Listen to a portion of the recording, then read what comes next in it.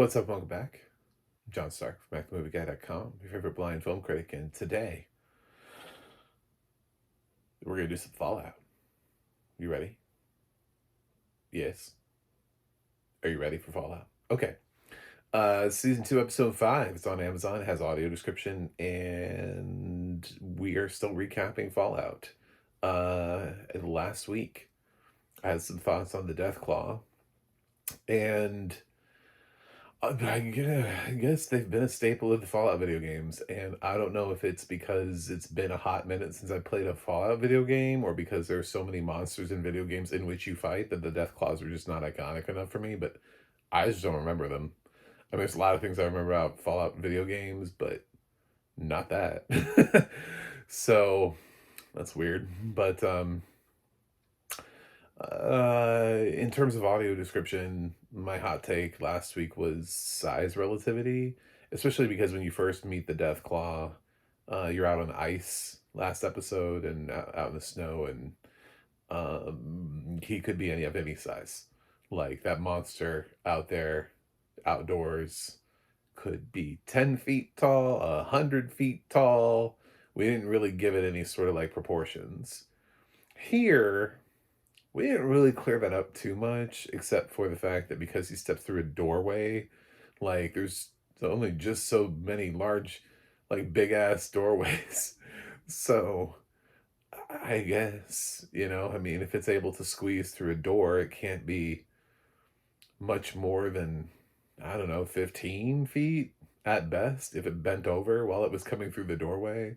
It certainly isn't like some 100-foot 10-story behemoth because that thing would never fit through a doorway. So it kind of benefits a little bit from that, but at the same time, I'm not crazy about the size relativity on the Death Claw.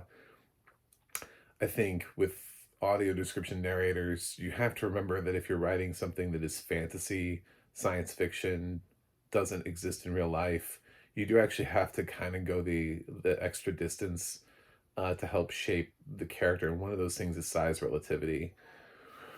Um, I noticed this a little bit more because of me being sighted and at some point and then now not. So, for example, I could still see when Doctor Strange came out, and I remember listening to the audio description uh, for Doctor Strange, and I thought the lack of size relativity around Dormammu was really weak uh, because I actually was able to see how much bigger than Doctor Strange Dormammu really is, and I don't think it's something that you would guess easily based on the audio description that was given. So, I've made it my life's mission to hunt down the narrators and make them believe that size relativity is the thing in which they should incorporate into their fantasy science fiction narration. Anyway, this episode, we Maximus is not in it. His whole storyline is gone. Stephanie's not in it. Her storyline is gone for the episode, so we'll see them, I guess, in episode 6. We did touch a little bit on Norm, although I don't think we did much with him. He and his people, well, his new followers, I don't know. I thought he recruited more people than this, but he now has, I don't know how he shrunk to just having only a few people, but he ends up running into Ma June, which felt like one of those characters that was going to be like an iconic NPC, and then I looked it up and it's like, it wasn't. They did it for the show. But man, she feels like a character that gives you a quest in a game, you know?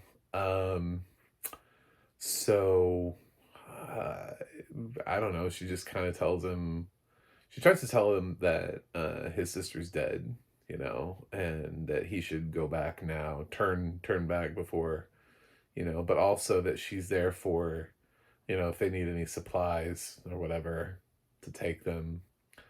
That's why she feels like an NPC, is because she feels like somebody who gives you important knowledge, but at the same time, she's kind of like a shop, and she's like, there's stuff there that you can get should you need it.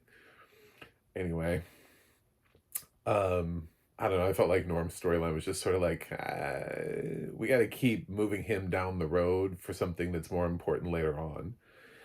So, meanwhile, we do get to see Cooper, which is the ghoul's past self, and follow up a little bit on that storyline and how he goes out to Vegas on the belief that he's there because the man who will press the button to end the world is this rich guy who he goes in and has this conversation with, and it's very heated, very very Howard Hughes. um, and the guy's a little paranoid, and but seems to be, he's either crazy or he's a genius, one of those characters. Uh, but he's not the one. He's like, no, I'm not going to be the one that'll press the button. But I've done all these calculations, and the end of the world is imminent. And he gives a date, and Cooper's like, that's my daughter's birthday. And he's like, well. So they argue for a little bit. Things get heated. Cooper's got a dip because, well, the old guy's a little cuckoo for Cocoa Puffs. So, but doesn't seem to be an actual threat. And at this point, Cooper's human, so he doesn't just go around killing people. So now he has to find out who is actually pressing the button. Meanwhile, as a ghoul, he's having to, do all of the heavy lifting in this power dynamic while he's off trying to find this vault in Vegas where his wife and daughter are supposed to be, because he's been searching all of the executive vaults, having had at least some tangential connection to vault tech. He knew where the executive vaults were. And the last one is this one in Vegas that he hasn't been able to find because it's like underground. And he's hoping that by coming here, that he can lure Hank out enough to be able to get inside and get his family. So it doesn't really work out because Hank has kidnapped the salesman from earlier, and who I guess was dating like a droid. And a cute little funny scene, whatever, it's the end of the world. It's probably a nice companion. It just sits there and tells you what you want to hear, so actually doesn't really tell him anything. It says something like, the area is secure, sir. He's like, yes, I know, my love. Like, okay. So he knocks that dude out with a crowbar, and drags him in, and wakes him up, and the dude's got a little black box on him. And maybe he has assessed the fact that because the salesman is insane, that it makes his brain more susceptible to this device. Maybe it only works on certain people. It doesn't work on people who resist it. It works on people who are gone, and who are able to accept what the box is doing to them, because it erases their memory.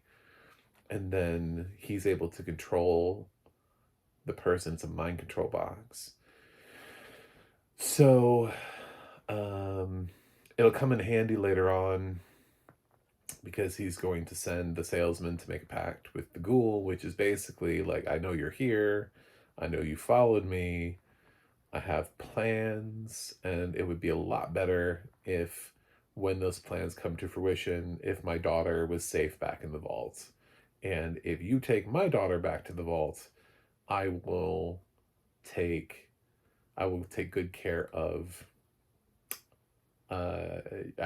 your wife and daughter, and I promise not to kill them. They'll just stay in stasis in here. And of course, the ghoul's whole purpose in life is wife and daughter. So yeah, he chooses that, which kind of sucks because they've been bonding. They killed a death claw together. Ran from a death claw together. I don't actually think they killed the damn thing. Maybe they did. I don't think they did though. Um, I Yeah, they did not. They ran from it, and because he sent her off to a store because she's like, oh well, what, you know, shouldn't we get more ammunition or something? He goes off to a bar and drinks, and she goes to this, you know, it's a fucking store, man. I don't know what to tell you. I can't remember what it was called. Um, and she's supposed to get this thing that will help her clean out her system of drugs, and because they don't have any more, so she's tweaking, and she goes in there. She also sees that there's the power fist from the movie The Wizard is in there. So she's gonna get ready to compete in a Nintendo tournament at the end of the season. The Power Glove, and if you got that reference, I love you. And also, thank you for making this far in the recap. Subscribe. So she decides to steal that as well as try to get these pills. But on her way out the door, she noticed something very disturbing, which is a man's body chopped up and put into a barrel. And then this guy comes in, and she draws a whole lot of dots and conclusions. And there's a body in the barrel, but the face of that man looks a lot like the face of the man who's on the wall whose shop this is supposed to be. And this guy who's coming in and pretending like this is his shop doesn't look anything like the man whose face is on the wall. So she's thinking maybe she didn't come at the best time. And she tries to do her usual, like, no, don't make me do anything crazy. I didn't come here. I'm not going to hurt you. I'm just going to leave. And finally, the guy starts to reach for a gun, and she blasts him and kills him. Good for her. So, dude was a killer anyway, obviously. Like, I love the part, like, so what happened to, what was his name? I don't know, Earl or Bob or something. And he's like, he left town. She's like, so this wouldn't be him in this barrel here? Nope. Okay. Why is he naked? Some people rob stores naked. I don't know what to tell you. It's not weird. um. So, yeah, that's basically her contribution. She ends up rendezvousing with the ghoul again, and he drops a couple trank darts in her because he's made this agreement. Oh, after she hears it from the salesman, who is now being mind controlled by her father. So that's the episode, guys. I didn't leave anybody out. There were just people who were not featured in the episode. So, yeah. Looking forward to the next episode and to see who they don't put in the episode. They seem to understand that, like, Walton Goggins is their star here, so they either like to continue on with the Ghoul storyline or Cooper's storyline. I don't think we've ever just not had an episode with Walton Goggins in it before. So I'm sure we're going to keep advancing one of the two storylines. And I do believe we have 3 episodes left. I think it's an 8-episode season. So I wonder what kind of ending we're working toward. But a solid episode yet again. I'm liking the second season of Fallout, and I think it's all about the journey and where it ends. But yeah, I'd be somewhere in the 8s on this, probably in the higher 8s if I was thinking about grading it right now, like between 8.5 and 9. It's pretty consistent with the quality of the first season. I don't think we've dipped much here. But they've introduced enough new things. I didn't really need new characters. I think the fact that they can't fit all the characters into the same episode shows that we don't necessarily need more characters. We possibly have too many as it is. So, you know, there's that argument, which is sort of like the Stranger Things paradox, which is the Walking Dead paradox. You know, it's this thing that fans have collected over the course of time, not wanting to see their favorite characters get killed off. Grey's Anatomy used to be ballsy in this manner in killing off characters that people loved. And I mean, what are they in season 22? And it seems to be part of their dynamic and it works well for them. I think their fan base has been gaslit into learning that characters can be killed off. Granted, this is just the second season. Streaming shows, you know, it's like I don't know how long Fallout's going to run for, but they shouldn't feel beholden to character exits.